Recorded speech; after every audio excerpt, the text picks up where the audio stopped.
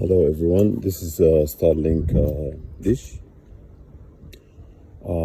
First of all, I put it outside the garage to test to see where is the best signal, where is the best position. So later on I can put it on the top of this roof, maybe the garage, first option. Second option would be the top of the house. I place the modem over there, just temporary. And then later on we're gonna put it in, place it on the top of the roof.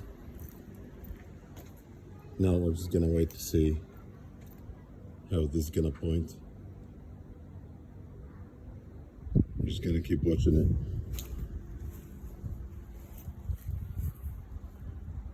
So now it's still looking, searching for the signal.